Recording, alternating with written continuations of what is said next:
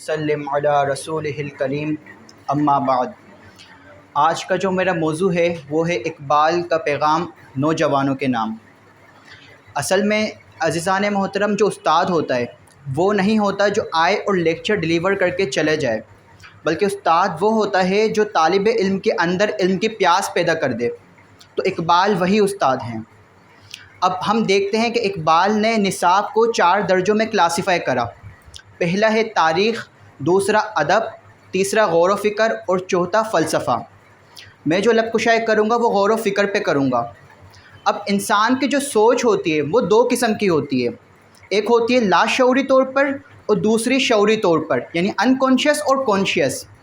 اب اس کو ہم دیکھے جائیں سائنٹیفکلی، جو سینسری سگنلز آتے ہیں ہمارے سیریبیلم تک جاتے ہیں اسے ہم لاشعوری بولتے ہیں، انکانشیس لیول پہ جسے پروسیس نہیں کیا جا سکتا۔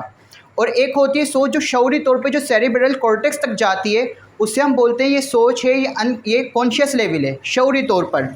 اب انسان کی ہم اوسط زندگی ایوریج لائف دیکھیں تو وہ ٹوٹل نکلتی ہے 50 to 60 ایئرس، جس کے ابتدائی سال ہم نکال دیں تو 7 سے 12 سال کی عمر کے ہمارے شعوری لاشعوری طور پہ جو نکل جاتے ہیں۔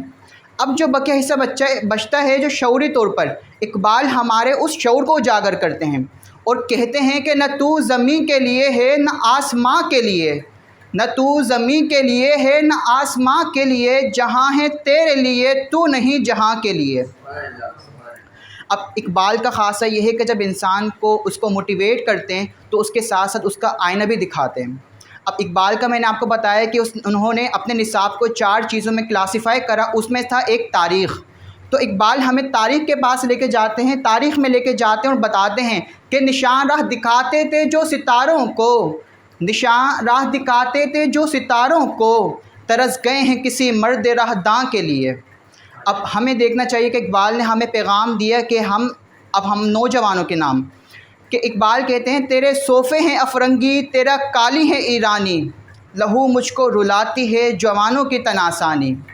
عمارت کیا شکو ہے خسروی بھی ہو تو کیا حاصل، نہ زور حیدری تجھ میں نہ استغنائے سلمانی۔ اقبال ہم نوجوانوں کو پیغام دیتے ہیں کہ نہ زور حیدری تجھ میں ہے نہ سلمان کی استغنا، تو کیا فائدہ تیرے اس جمال کا، تیرے اس کمال کا کیا فائدہ۔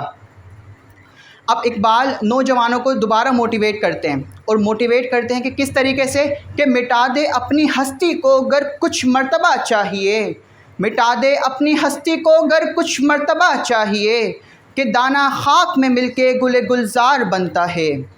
مسلمانوں اپنی جوانی کو غنیمت جانو کہ آپ کس ڈائریکشن میں جا رہے ہو۔ اللہ تبارک و تعالی نے ہمیں جوانی عطا فرمائی، اس کا فائدہ اٹھاؤ۔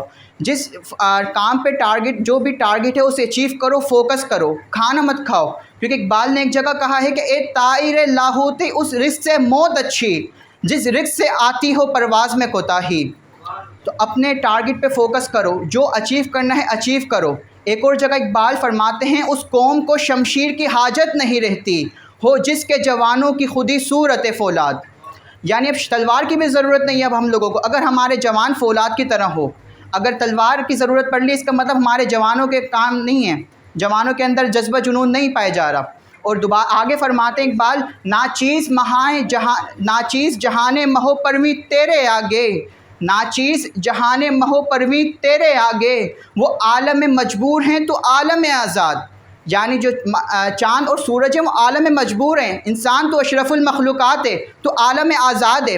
تجھے چاہیے کہ جو تیرا مقصد ہے تو اچیو کر سکتا ہے کر جا، اس دنیا میں جو کرنا چاہتا ہے کر جا، جہاں پہ تو کھڑا ہو سکتا ہے تو اپنی طاقت سے ادھر سے پانی نکال سکتا ہے۔ اقبال آخر میں کہتے ہیں شاہین کبھی پرواز سے تھک کر نہیں گرتا، شاہین کبھی پرواز سے تھک کر نہیں گرتا، پردم ہے اگر تو نہیں خطرہ افتاد، وما علینا الا البلاغ۔